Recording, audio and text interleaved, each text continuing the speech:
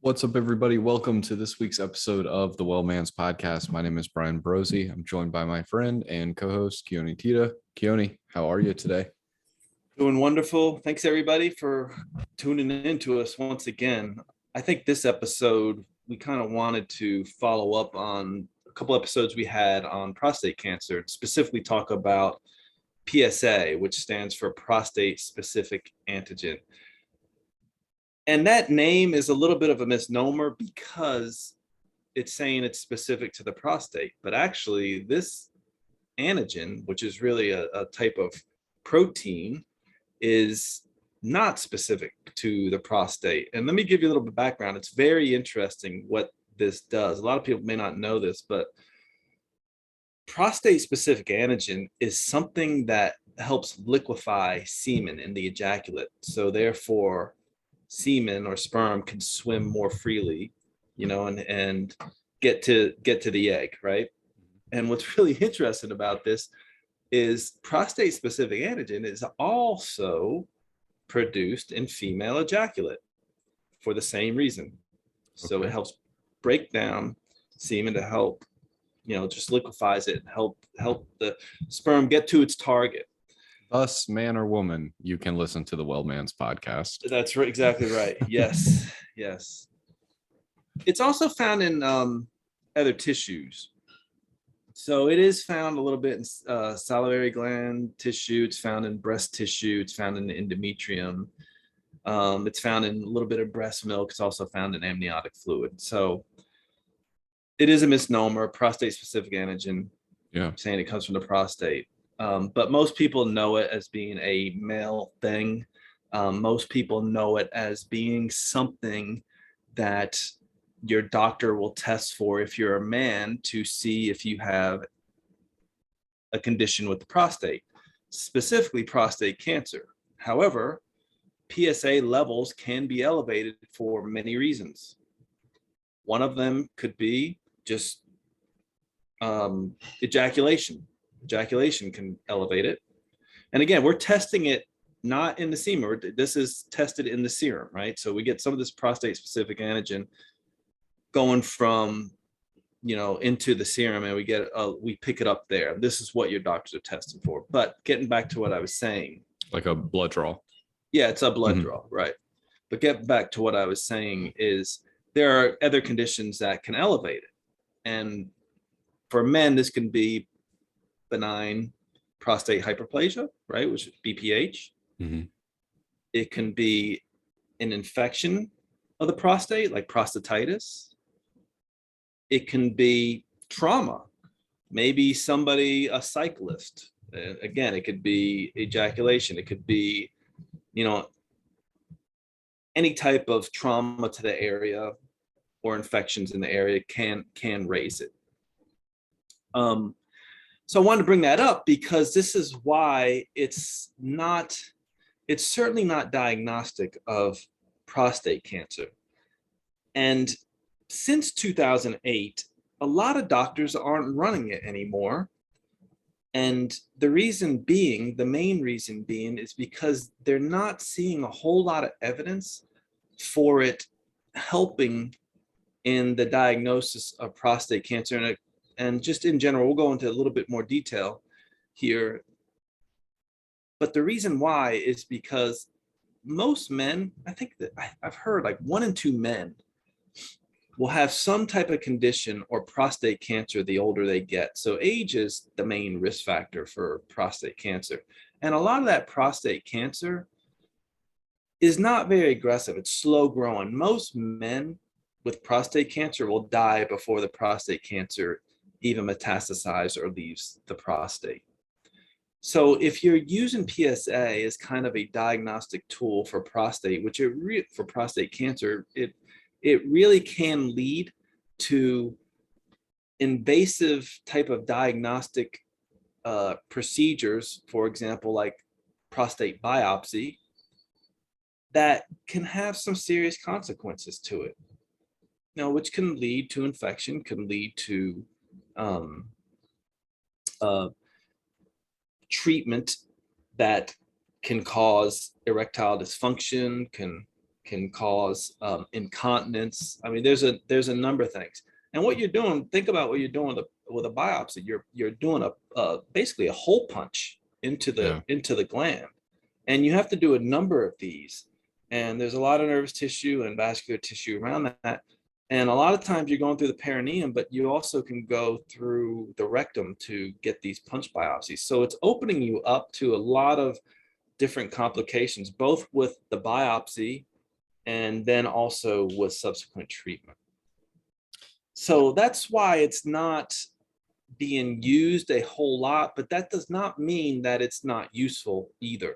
So that's why, when we were talking last time, Brian, that we thought that this would be a good episode just to go over it, because I know, and I certainly have in my practice, a lot of men who over time, have had high prostate levels, and a very high prostate PSA prostate, I'm saying PSA level can be indicative of prostate cancer. Mm-hmm. Now, is this something, how often so I've never had this checked. How often typically, is a male getting this at their yearly checkup? And then another question, just based off what we were saying earlier, is there any reason why a woman should monitor this level at all? Well, to answer your first question,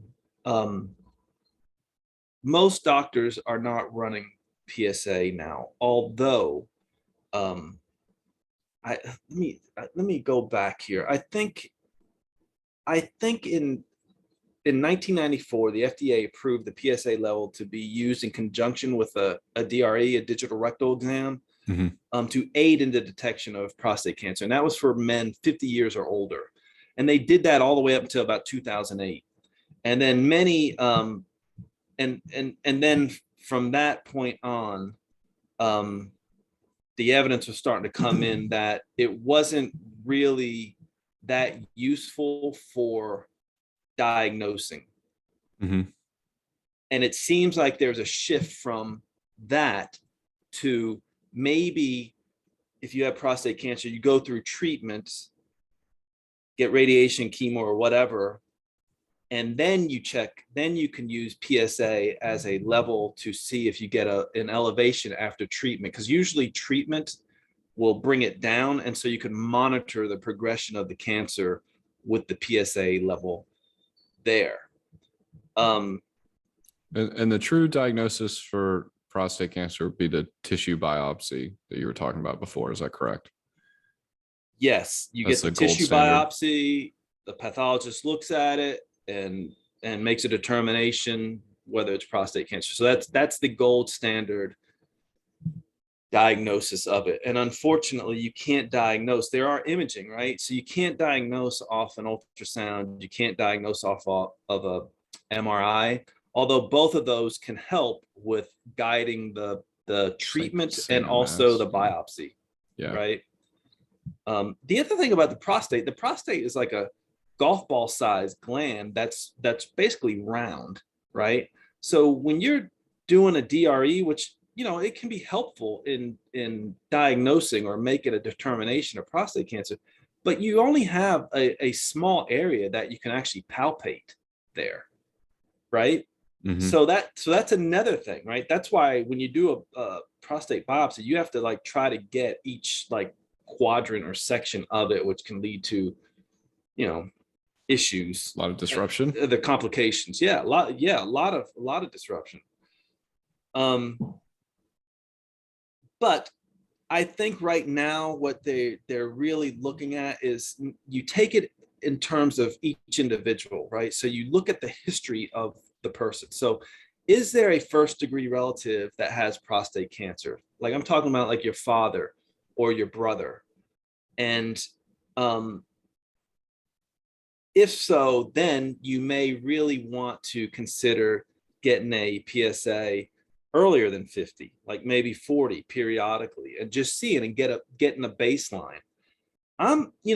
As a trained primary care physician, I do think it's a good idea to just get it checked after the age of 50 with no history here. We're talking about every few years just to get a baseline. And the reason why is because the level for PSA, usually it's considered normal if it's like, I think, what is it? Is it between 0 or 0.1 nanograms per milliliter all the way up to 4 if you're in that range.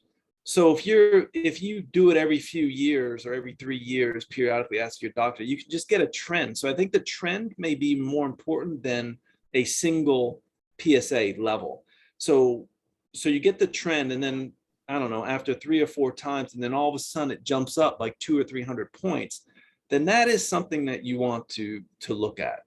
So even though a lot of doctors are not really running it much anymore, I do think it behooves the patient. At least this is my bias speaking, coming through, Brian. So, take it with a grain of salt here. I just feel like it's a good idea to do. And for me personally, when I go to my doctor, I usually get my annual, and I do it every three years if he doesn't already do it on his, recommend it. So just to get a baseline. And the other thing is, so between 0 and 4 nanograms per milliliter is considered normal. Well, a lot of times it can be a lot higher than that and be considered normal for people. But also the other thing, this is crazy too, is that it can be between 0 and 4 and you could still have prostate cancer, although it is high levels are highly indicative of prostate cancer, especially if you have a trend and then it spikes up, quite a few points. Now, there's a lot of stuff you want to rule out, right? So you want to rule out, well, is there an infection? Has somebody been sick recently? Has somebody been highly sexually active? Like, you just want to go through all of that. And if you rule that stuff out, then it's probably a good idea to then maybe combine that high reading that you got after you get your trend there, and then combine it with a digital rectal exam and see if you can palpate anything that feels weird. And then from there, then you can discuss with your doctor, well, should we go further here and go for a biopsy, or should we just wait and see? So that's another thing you can. So let's say you get something that just feels weird.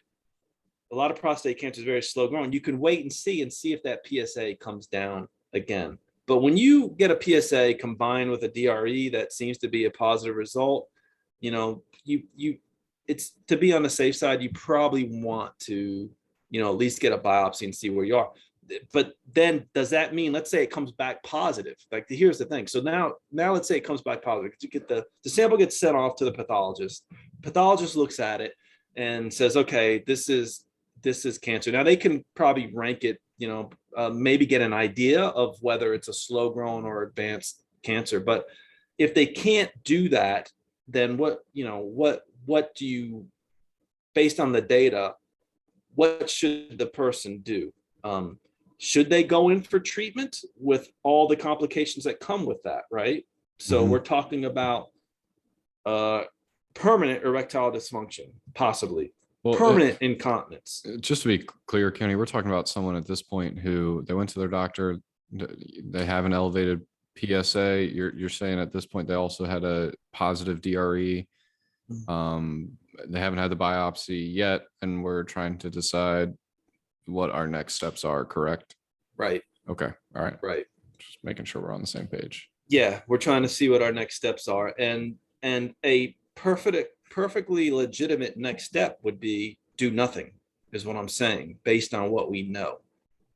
Wait and see. This is part of the reason, like, they basically, I think they don't even recommend doing a PSA level on somebody over 70 anymore. Just based on what they're seeing. They're not, based on the data, it's showing that it's not really saving lives to do as such. It's like a lot of times it's so slow growing that the person, sometimes the treatment can be worse than the actual cancer itself. And so how does someone determine, how long do I wait? What benchmarks of waiting are kind of telling me whether this is going positive, negatively. I need to go down Right. this path or that So, path. so if you, let's say you get 2 elevated PSAs, you have a Okay. trend prior that you have, and you get 2 elevated PSAs, you get a positive DRE, then that is that for me, um, after waiting, a month or so, doing our Okay. second one, a few weeks or so, and it's still elevated, then definitely I recommend doing a biopsy. Okay. And then from there, then you can discuss what you want to do as treatment. But it really is based on patient preferences and also on professional judgment. I mean, I guess you can make a case that really, you use your doctor as your healthcare team, and you get as much information you can go from there. But prostate cancer is one of those things where um, you know if it's an aggressive cancer, then yeah, by all means we want to treat it. And sometimes you can get an idea of how aggressive it is based on the rate at which that PSA level is going up. You can also get a little bit of idea on if the treatment is working pretty well too, based on how fast it comes down.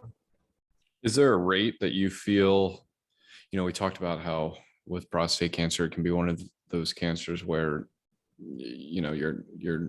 the duration of having prostate cancer can long exceed the duration of your natural life. Is there like Yeah. a rate that really begins to worry you, or a rate where it's like, okay, let's go for the more invasive approach in hopes that we slow this thing down? Yeah, where we want to make sure and Mhm. diagnose it. Well, a PSA level can help here because a lot of times a PSA level between 0 and 100 may not be really indicative of an aggressive cancer, but one where you're getting another reading where it's just double, the PSA is just increasing crazy and rapidly from one reading to the next, then that's kind of something where you want to get on board and you know get treatment done and see. Okay. Mhm. Um, you know, I, there's all kinds of ways to that the PSA level can be elevated. I was saying, and even I think I've even had some patients in the past where like vigorous intense exercise elevated it, but you're not going to get it elevated well into the hundreds that you would see, or I just haven't clinically seen it where you're going to get it that high compared to cancer. Cancer will make it skyrocket, Okay. so and I don't want to misinform people here by saying, well, PSA is indicative of aggressive prostate cancer, but you can get an idea based on how fast that PSA level is going up over Mhm. time. Mhm. Doesn't necessarily mean that you know it's aggressive. Right. And we really should get my colleague on here at some point, because this is what he does. His name's Dr. Gio Espinoza. He's I think he works at New York Medical College. He's a medically trained ND, but all he does is male prostate stuff. So anyway, he would be somebody that when I get people that come into me, I refer to him because he is the expert on it. I'm the primary care doc, and he can certainly give them issues. It is interesting talking to him though. He goes, a lot of he goes, prostate cancer treatment now, yeah, it stinks if somebody gets like a prostate cancer that is metastasized. They've seen it in the bones, they've done a PET scan, it's got out of the prostate, so on and so on. um, he said though that the treatments now are getting better and better, that less and less people are dying from prostate cancer, which is great. And the same, and we're seeing that also across a number of cancers, especially like breast cancer and stuff like that.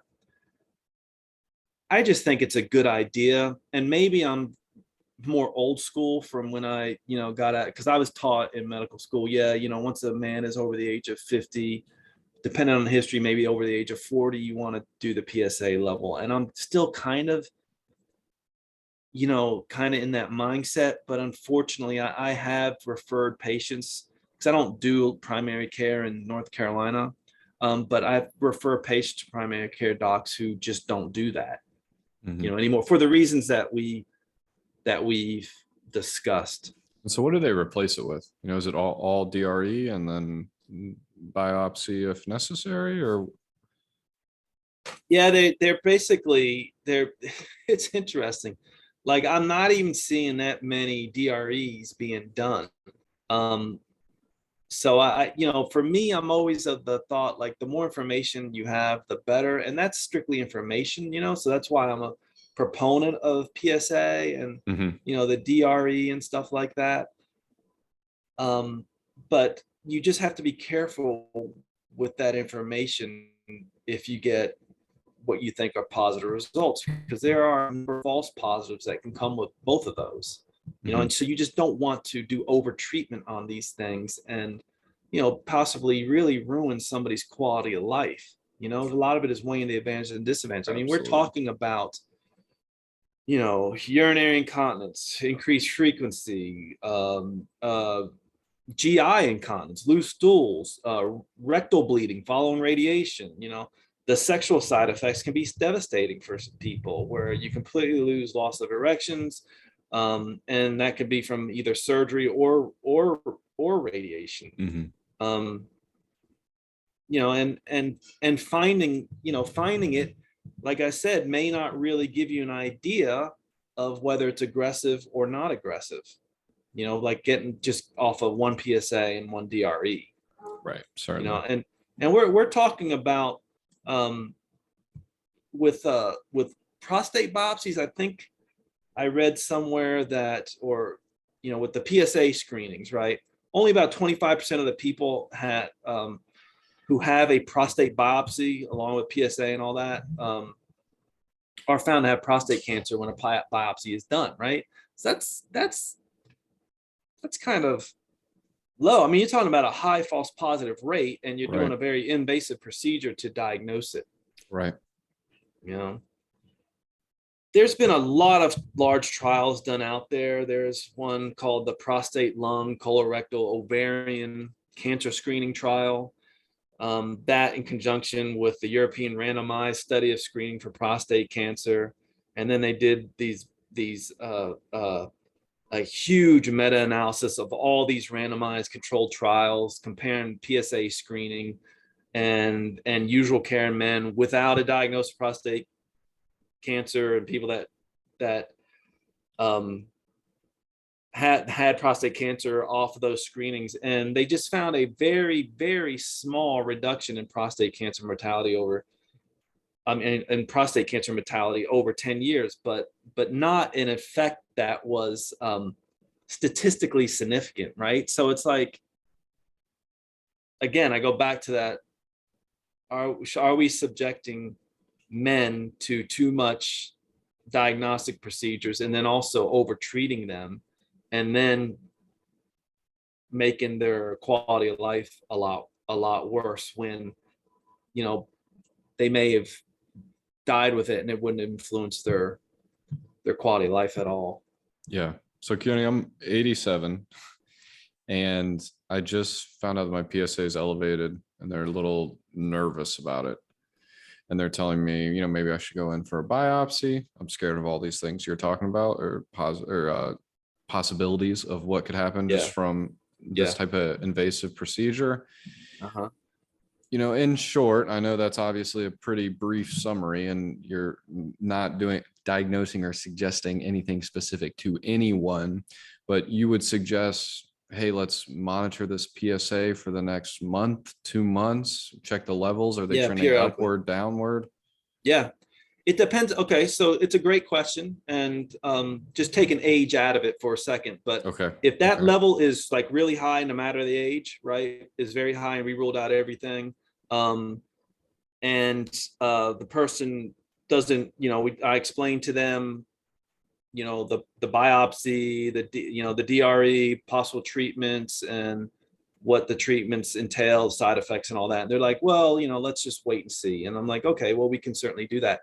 We may want to just make sure that there aren't any other symptoms that are indicative of spread outside the prostate. And prostate cancer usually goes to the bones. Okay. Mhm. So sometimes, and this is really important for what you do, Brian, for what chiropractors do, anybody does physical therapy. I mean, somebody who has back pain that's not getting better, and they should get better, that can be indicative of metastases with men, prostate cancer going to the bones, and can go to the spine or whatever. So some things at home it should be mechanical. So your back pain, if you bend this way and it hurts this way, and you bend that way, it hurts, this would no relief, whether left, right, doesn't seem to change after conservative management, all the above. There's no mechanical reasoning to it, whereas typically there should be. Yeah. Just for someone at home thinking about that. Right. So if it's not getting better, that may give you an idea. But also, one of the tests that they do to see where the cancer spread is do a PET scan, right? So you can see if the cancer has spread outside of the prostate. But typically, usually you do a biopsy to see where that happens first. But a PET scan may indicate that. I'm wondering, I'm trying to think if doctors have ever done that before a biopsy, but I don't see why you couldn't do a PET scan first to see if you didn't want a biopsy to see if it's actually spread outside. Probably because of insurance. Oh yeah. I mean, that's probably why you can't do that. Yeah, right. But most men who have a diagnosis of prostate cancer, I mean, the data's pretty written in stone on this. Most men who have diagnosed prostate cancer will die of other causes besides the prostate cancer. So that's really the bottom line why it becomes an issue. And it's unfortunate because right now, it's the PSA is just not a great diagnostic tool. I mean, it's an easy one to run, it's blood, but there are studies now going on different PSA tests, different forms of it. So there's a test out there called, and this is where your oncologist may step in, where it's a free versus total PSA. And that's basically the amount of the PSA in blood that is free, right? It's not bound to other proteins, divided by the total amount of PSA. Free PSA plus bound, it's bound to a protein. Anyway, there's some evidence that suggests that marker right there may be associated with a more aggressive cancer. So free versus total PSA, getting those numbers. There's also something called PSA density. It's the blood level of the PSA divided by the volume of the prostate gland. And there's some evidence there that suggests that may be a more accurate measure of detecting prostate cancer than the PSA test alone. Mm-hmm. So doing a PSA, and then this is kind of what I was talking about in a sense is what's called the PSA velocity, or the PSA doubling time. It's usually used like during treatment, but basically it's like looking at the change of a man's PSA over time. And it's the time that the PSA level doubles. I mean, and the shorter that time that it doubles, it's probably indicative of more cancer or an aggressive cancer. And it's also useful to help determine whether treatment needs to be started again or not. And there's different forms of PSA. There's like isoforms of PSA. So looking at the different isoforms of PSA in the blood, it's called an iso-PSA test. And that looks at all of the isoforms of that. And it can be helpful in determining whether a person is developing like an aggressive form or high-grade prostate cancer, and then who should undergo biopsy based on that. So there's a few tests out there that will look at that. Another thing that's interesting, also I bring this up, you've heard of the BRCA1 and BRCA2 gene, right? Breast cancer gene 1 and breast cancer gene 2, basically. Oh, okay. Well, so anyway, these are gene markers that they will run on women, especially women who have a history of breast cancer, because if you have these genetic variants, BRCA1, BRCA2 genes in there, it's highly likely that you're going to develop breast cancer, and depending on what you have, an aggressive form of breast cancer. So a lot of people have used these BRCA1 genes. The doctors recommended that, maybe women should undergo like a preventative prophylactic treatment where, they get their breasts removed if they carry these gene variants. Well, there's some controversy with that. But the reason why I'm bringing that up is because also men can have these variants, and these variants may be related to getting prostate cancer. So that can be helpful too. And those are the same gene variants, the BRCA1, BRCA2? Yep. Mm-hmm. Yep. Also, the other thing, there's some myths out there about prostatitis and BPH. Most men will have symptoms of BPH. What do they look like? I don't know, frequency of urination, especially at night, sometimes difficulty urinating. Prostatitis can be pain in the prostate. Sometimes, men can complain about just feeling a fullness in their perineal area or having pressure in that area if they sit on it.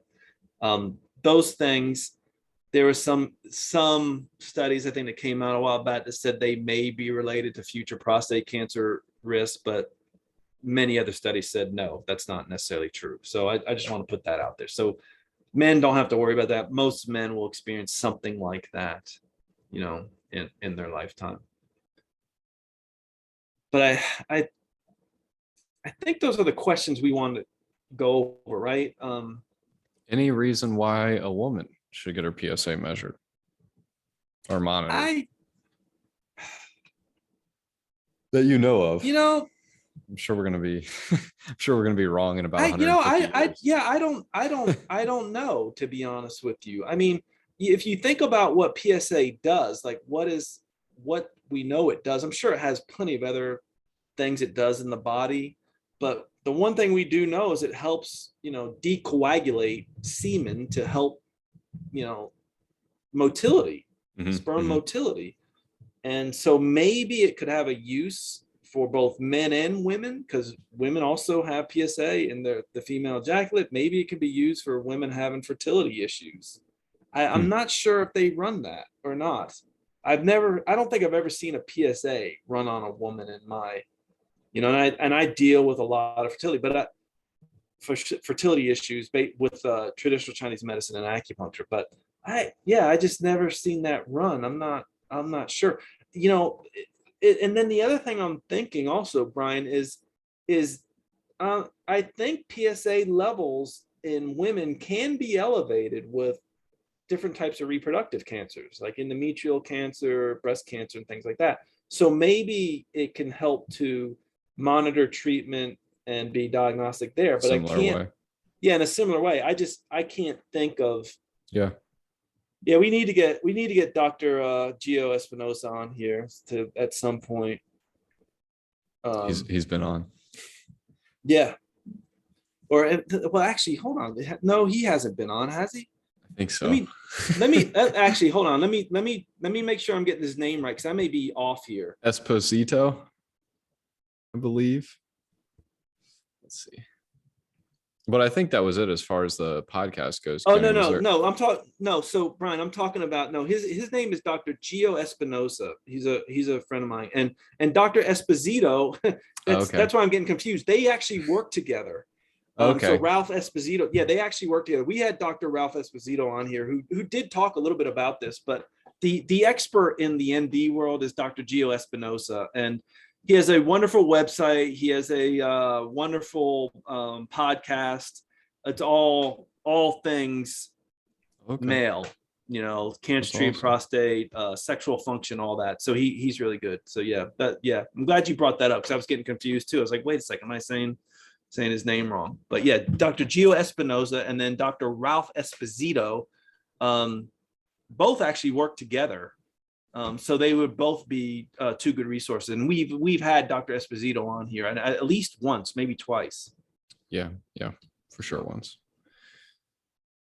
Anything else, Keoni? I do want to do eventually an episode where, like, for me and my friends, how when do I start getting worried about this kind of stuff? When do I, start shaking the trees of my doctors to do the right things? Because right now I go to a physical and it's like, can you lift over 50 pounds? Right. It's like, yeah. It really depends on history, right? So typically most things where you're going to start getting screenings for, you want to start thinking about around age 40, right? So we're talking about colorectal cancer, maybe do a PSA here or there, just to see all that. It. Yeah. And insurance will love that. Yeah, right. Well, I've actually run these things, and of course I just want to run them to know. And of course insurance didn't cover them because it doesn't fit the guidelines. But I think 40, and also you're taking into account your history, right? So if you have a strong family history of prostate cancer, brother, father, maybe uncles and stuff like that, then yeah, I recommend maybe getting a PSA here or there around 40 and just monitoring that. I will, this is getting off the subject here, but also that's when, I think colon cancer PSA stuff, I think they're all recommended around 50 now. But if the family history is strong, you want to get it earlier. Yeah, I would do that earlier for both of those. One of the things we're seeing, there's a trend, especially with colon cancer, that and I've seen this in my clinic, and I don't see, I see maybe 8 patients a day. I don't see a lot. I don't see 15, 20, 30 patients a day. And I've seen 2 or 3 cases of colon cancer in very young people, like under 30. And that, that's crazy. And they're starting to see more of that. Yeah. So, but your doctor, if you keep up the annual exams, they're definitely going to tell you when to go get all that. But anything, once you get to 40, that's why I do the pod. Yeah, that's right. Right. That's why you want to definitely stay on top of that. Absolutely. So anyway, we'll see what the comments are based on this podcast. If we need to go into more detail on that, and definitely we want, if people want more information on this, go check out Dr. Gio Espinosa's website. Dr. Gio, I think, is his website. So yeah, sounds like a great resource. Yeah. All right, everybody. Until next week, take care and be well, and we will talk with you then. See you, everybody.